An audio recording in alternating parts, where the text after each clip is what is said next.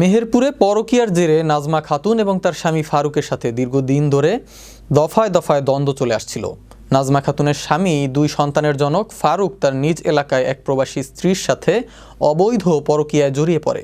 আর সেই পরকীয়ার জেরে স্বামী ফারুকের সাথে কথা কাটাকাটির এক পর্যায়ে ঘটে আত্মহত্যার ঘটনা।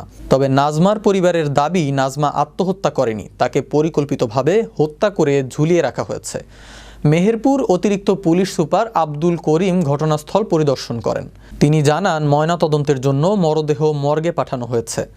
ময়নাতদন্ত শেষে মরদেহ পরিবারের কাছে হস্তান্তর করা হবে।